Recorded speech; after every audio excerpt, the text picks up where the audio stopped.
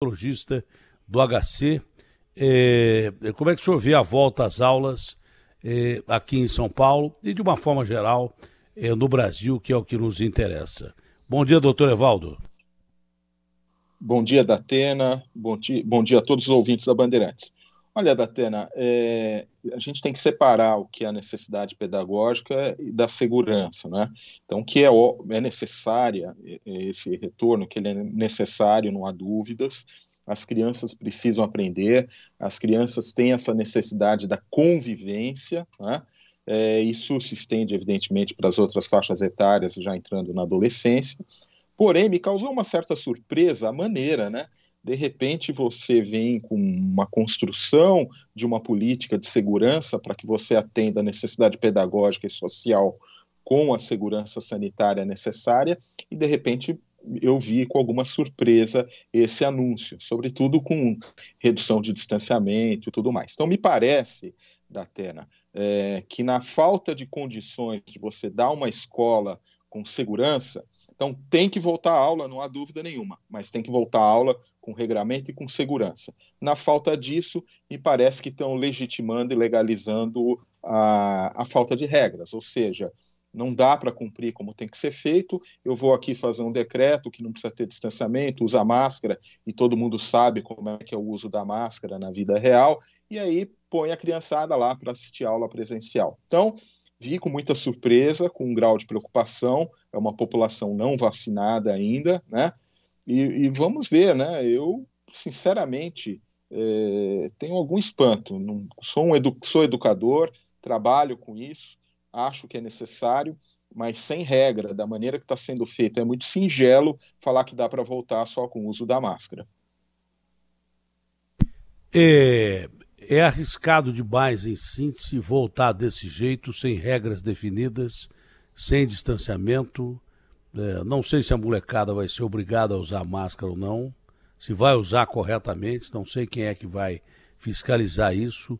Voltar por voltar pode significar o que aconteceu na Inglaterra, no seu ponto de vista, e ao invés da gente achar uma solução, a gente pode dar uma trombada com o recrudescimento desse vírus que, eu repito, por mais que a gente tenha dominado e que parece ter acabado, pode estar num período de incubação, e quem é que me diz que em algum ponto lá num continente que não tem a vacinação necessária, a África, por exemplo, não está surgindo uma variante que traga de volta todo esse flagelo que nós enfrentamos até agora. Então tem que ter muito cuidado. Você brincar com uma rodovia insegura, certamente você vai ter um acidente. O senhor está prevendo que possa acontecer uma trombada aí e que talvez fosse melhor ter mais critério para voltar à aula, mas com mais critério e com menos risco, é isso?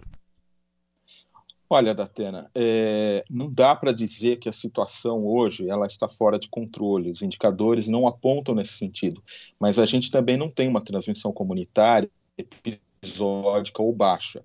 Nós ainda estamos na casa de centenas de mortes no Brasil, evidentemente já falamos de milhares de mortes por dia, agora nós estamos falando de centenas. Nós estamos na casa ainda de milhares de casos novos por dia no Brasil, e então não dá para dizer que a pandemia está controlada. Além do que, o vírus ele precisa se expandir. E onde é que ele está se expandindo? Onde é que ele está se perpetuando? Na população adulta, naqueles que ainda não fizeram a dose de reforço. Então, nos idosos que vão perdendo a sua imunidade e ficam mais expostos. Na população adulta, naqueles que por alguma razão ainda não se vacinaram ou estão com a vacinação incompleta. Mas, sobretudo, na população infantil hoje, que é mais exposta e vulnerável porque não tem imunidade, não tomou vacina ainda. Então, nós estamos numa situação muito estranha, porque é a população não vacinada, você confia que porque a população adulta está vacinada e porque essa população infantil, em teoria, se pegar a doença, ela estará menos exposta a formas graves. Mas eu quero enfatizar também uma coisa, Datena, que as pessoas não têm falado muito. Nesse ambiente de muita vacinação, felizmente, que o Brasil começa a viver, nós temos uma mudança da apresentação clínica da doença. Hoje a doença ela pode ser com sintomas muito frustros, um nariz escorrendo, uma dorzinha de garganta, ou até assintomática, né? E não se faz teste no Brasil, essa é a verdade. Então, a gente não sabe qual vai ser o impacto disso nessas crianças, simplesmente porque a gente não vai testar. É muito difícil responder essa sua pergunta, certamente deve haver algum impacto aí, a gente deve ver, mas a gente vai ver a ponta do iceberg, a gente não tem estrutura para fazer o diagnóstico e mensurar exatamente qual vai ser esse impacto. Então, Datena, eu acho que o governo de São Paulo se precipita. O uso da máscara, todos nós sabemos que é absolutamente necessário, mas em ambientes fechados e de confinamento, e inclusive muito ruins, como muitas das escolas públicas, principalmente, têm ambientes muito ruins do ponto de vista de renovação de ar, essa máscara deveria ser ainda mais potente, do tipo PFF2, o que é difícil para as crianças. Então, sem brincadeira, Datena, eu acho que o governo erra, o governo ele tem dinheiro, o governo tem estratégia, o governo tem técnicos, o que ele poderia fazer de melhor é arrumar as escolas, prover equipamentos, trabalhar junto à Anvisa para acelerar a liberação da vacina das crianças e que aí sim a gente pudesse voltar com segurança. Veja, estamos em outubro, né? Faltam um pouco mais aí, um pouco menos de 2 meses, ou 2 meses e pouquinho, para terminar o ano. Qual a pressa? Por que a gente não anuncia isso, essa volta plena para 2022 e aproveitamos esse final de ano para anunciar um grande pacote de investimento em segurança na educação, com cuidados do ar, com detectores de CO2, com filtros nas salas piores, com uma compra maciça de máscaras, com educação para as crianças, para os professores? Eu acho que, sinceramente, eu não quero aqui ser leviano, fazer uma crítica, mas outro dia eu vi uma foto aqui de uma reunião de professores, onde tinham lá cerca de 4.000 professores do estado numa reunião, todos aglomerados. Então, é um péssimo exemplo. Eu sou um defensor de tudo que o estado de São Paulo tem feito até hoje no combate à Covid, mas nesse campo e nesse momento eu acho que começa a se perder em atitudes que eu, como médico, não consigo explicar. Eu consigo, porque tem eleição. Tem prévia de eleição do PSDB e tem eleição à presidência da República, a governo do Estado de São Paulo e a Senado. É por isso que estão perdendo a mão. Fizeram tudo mais ou menos correto até agora, erraram nas eleições, porque foram cínicos e negacionistas, como foi o Bolsonaro desde o começo aí, dizendo para não usar máscara, não tomar vacina. Fizeram a mesma coisa. As eleições aqui em São Paulo, enquanto gente como o senhor do Centro de Contingência do Coronavírus aconselhava a fechar o Estado, porque viria uma nova onda como veio, o governo de São Paulo liberou para que o Estado ficasse aí aberto para que os caras fossem votar no Bruno Covas. Tá? O Bruno foi eleito, tá? O prefeito cometeu aquele erro, o governador cometeu aquele erro que ele confessou que cometeu, indo a Miami e depois voltando, quando ele fechou tudo um dia depois das eleições e comemorou com o Bruno e os seus correligionários num lugar fechado, dando um péssimo exemplo. O comitê de contingência, quem era do comitê de contingência, que era contra as medidas que o governo estava tomando, que era a favor de um recrudescimento de combater o vírus, de fechar mais, no momento inadequado, abriu por causa das eleições, deu no que deu.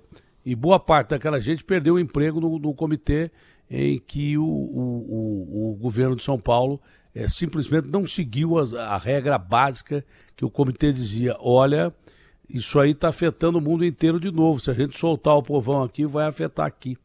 É a mesma coisa que acontece agora. A partir de um princípio básico, e eu não sou médico mesmo, e não tenho intenção de ser, nem entender mais do que quem fala comigo, porque vocês são brilhantes infectologistas, mas eu tenho intuição.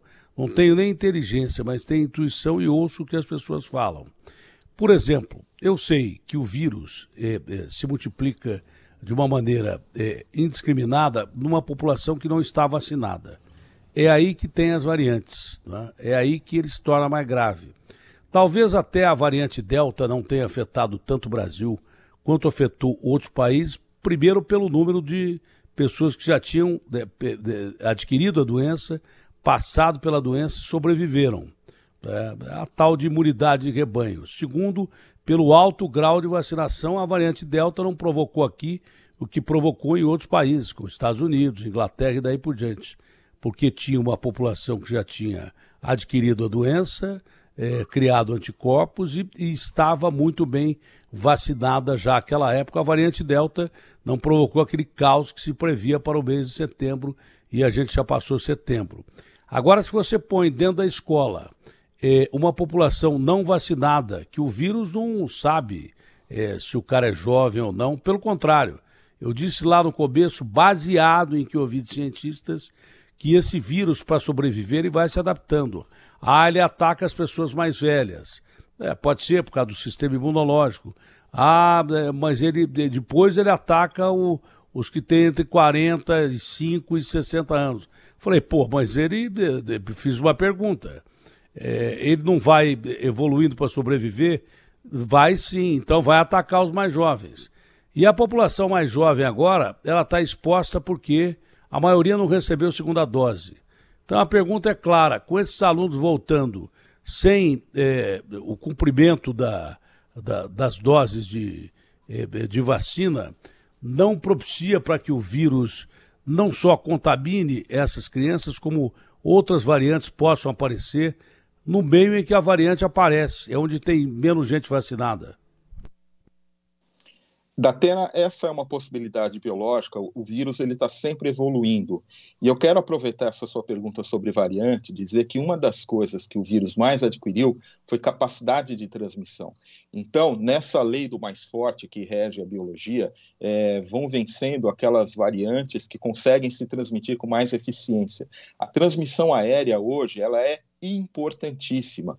Então, eu falei, é muito singelo quando a secretaria fala, não, mas vamos voltar com pouca distância e com máscara. Ok, a máscara é essencial, a máscara protege, mas nós temos máscaras de diversos tipos e a gente sabe que as máscaras, elas, quanto mais capacidade de filtração, mais elas protegem. E as máscaras, né, eu já falei isso uma vez num programa com você e repito, né, a máscara protege contra a Covid, assim como o preservativo protege contra as infecções sexualmente transmissíveis.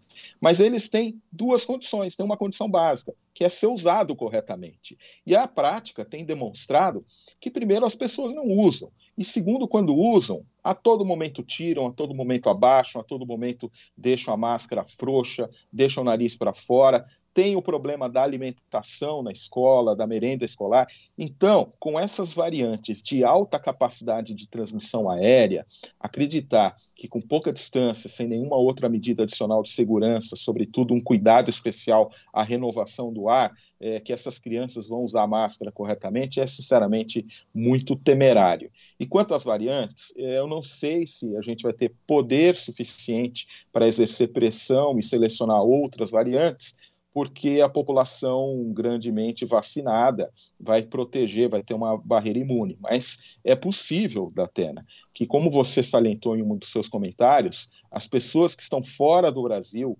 e nós estamos na iminência de ter o Réveillon e no começo do ano o Carnaval, isso vai trazer um afluxo de turismo que vem de países que estão pouco vacinados. Então a gente pega o continente africano, menos de 5% das populações em geral vacinadas. Você pega países mais pobres, baixíssima cobertura. E você pega países ricos, como os Estados Unidos, onde por questões culturais, você tem lá cerca de 40% da população que não se vacinou. Então essas pessoas virão para o Brasil e, evidentemente, que esse é um grande risco que nós vivemos neste momento, que é o que vem de fora, e as variantes poderão vir de fora.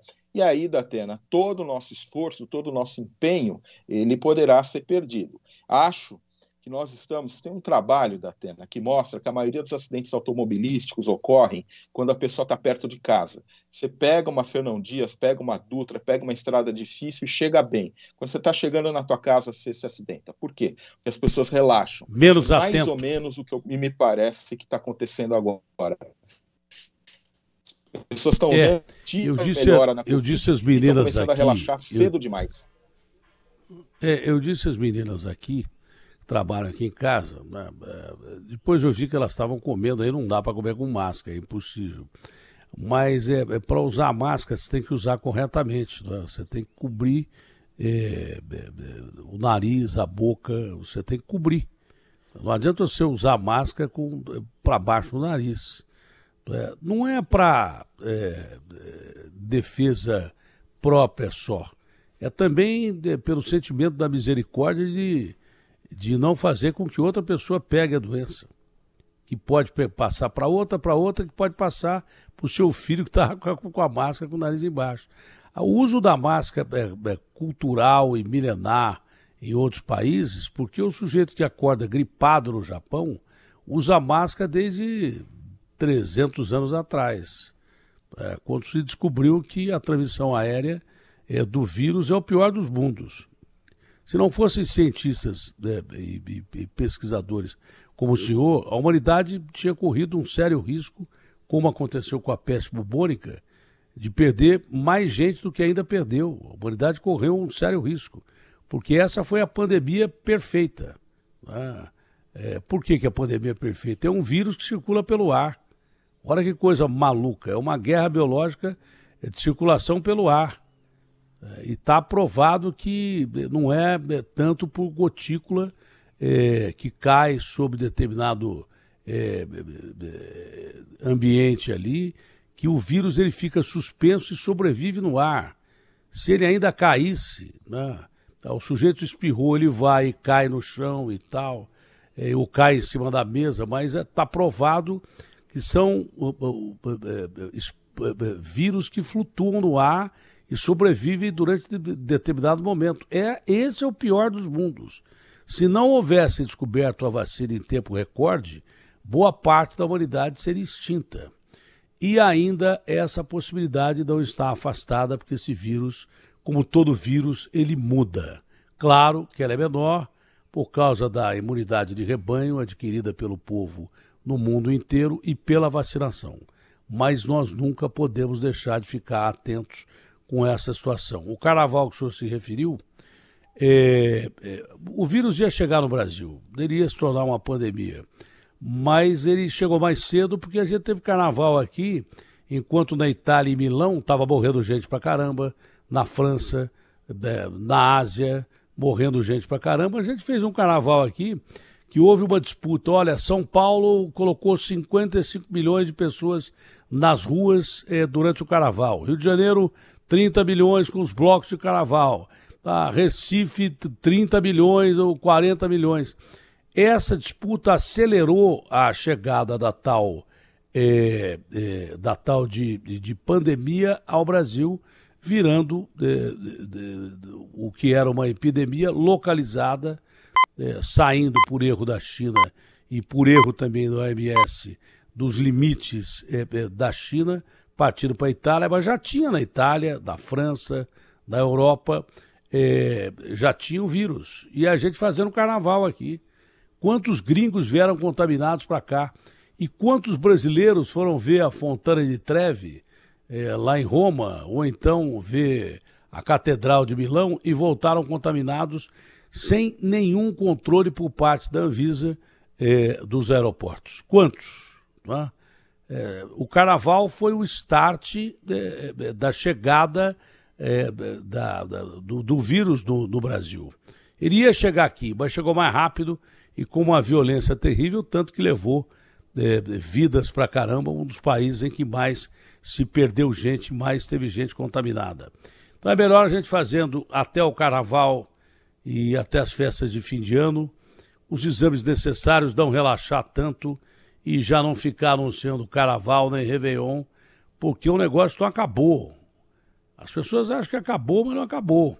Agora, há perspectivas positivas. O doutor Boulos disse aqui que talvez em 2 meses a doença chegasse a um ponto de controle. O senhor também é otimista nesse aspecto? A gente não deve baixar a guarda, mas o senhor é otimista nesse aspecto? Não, Datena, nós temos que pontuar os avanços. Primeiro, hoje a gente conhece o nosso inimigo. Segundo, a gente sabe como prevenir a infecção. A gente faz a prevenção, sobretudo com a máscara, com cuidado com o ar e a vacinação que a gente tem feito.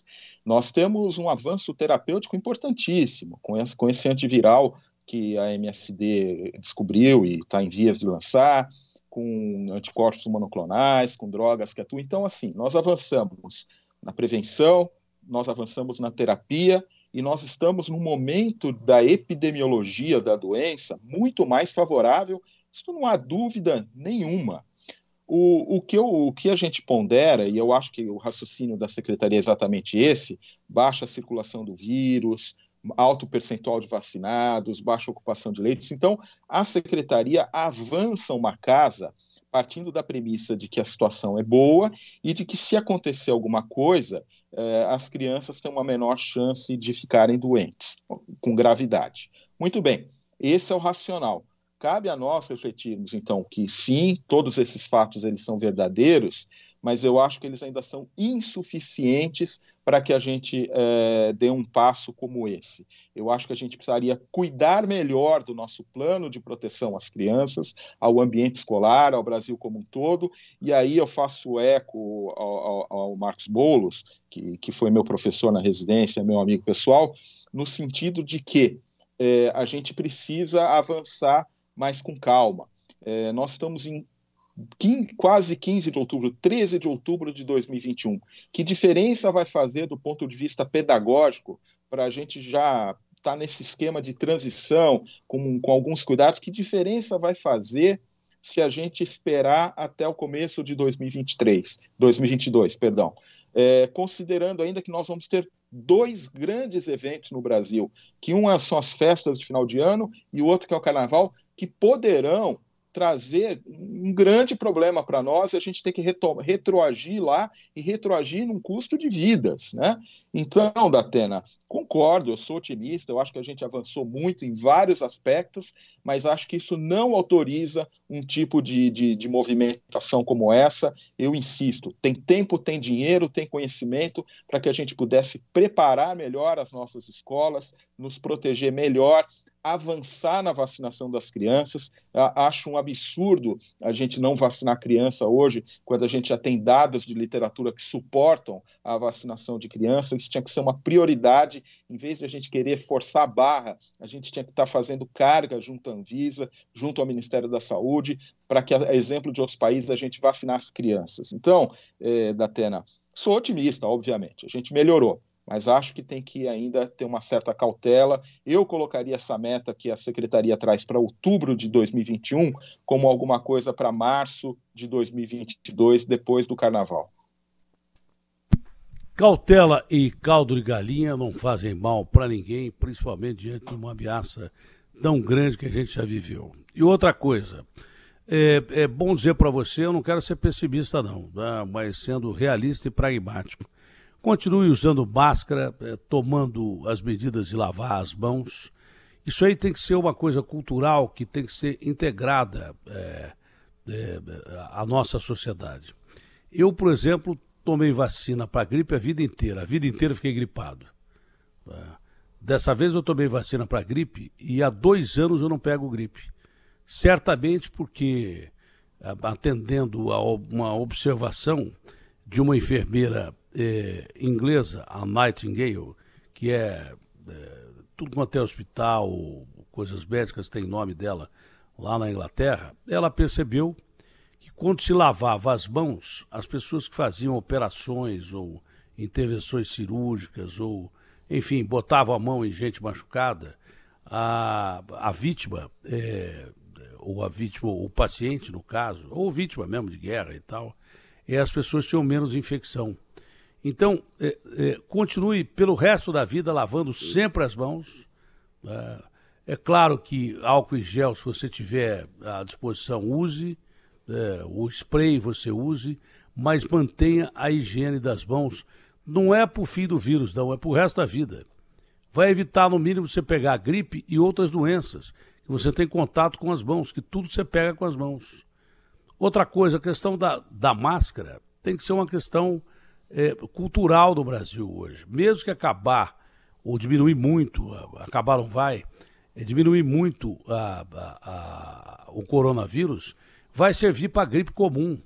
Se você acordar com sintoma de gripe comum, coloca a máscara. Você vai evitar de transmitir essa gripe para outra pessoa e depois voltar para você ou para alguém da sua família.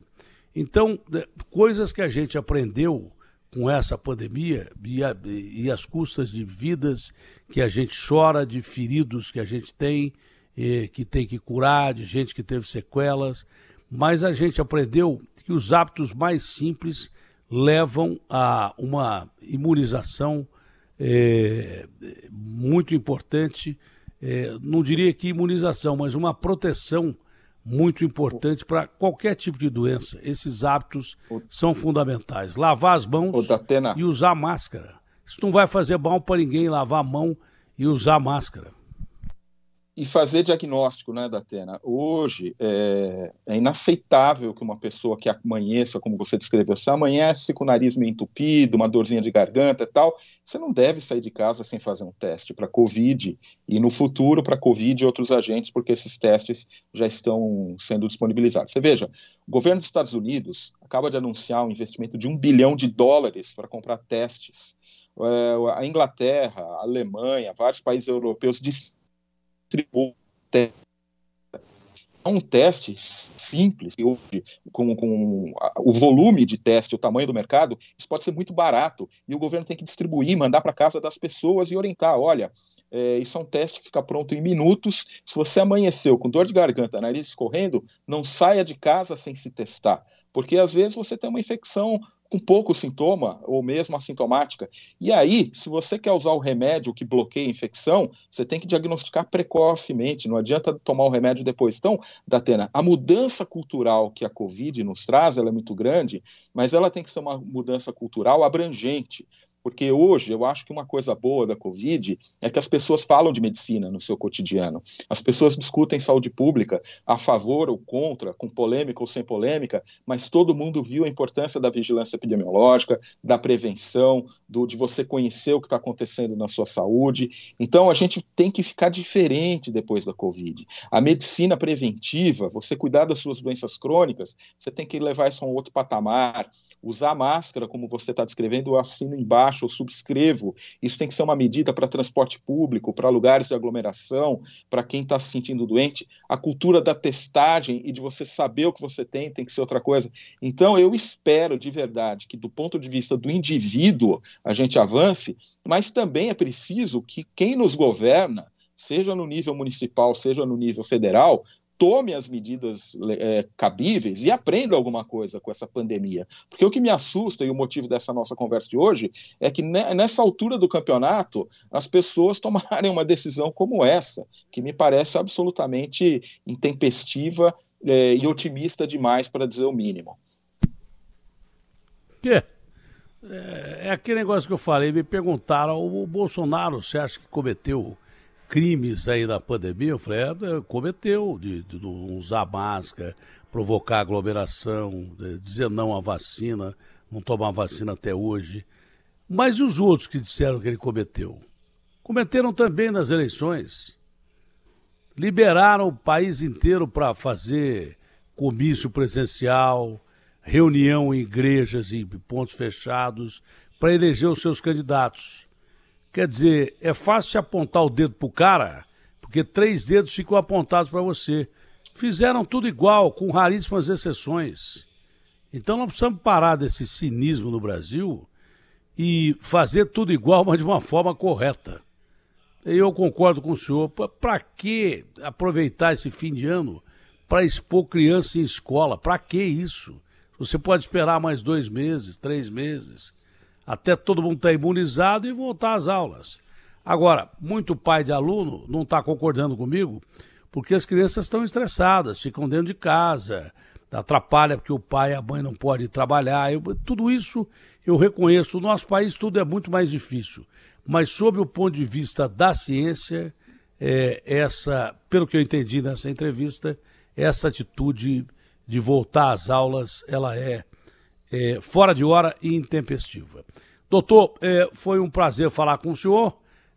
Acima de tudo, muito obrigado pela sua explicação lógica, muito simples e coloquial, que todo mundo entende. Tá bom, doutor? Muito obrigado pelo convite, Datena. Sempre um prazer estar com você e seus ouvintes. Bom dia a todos.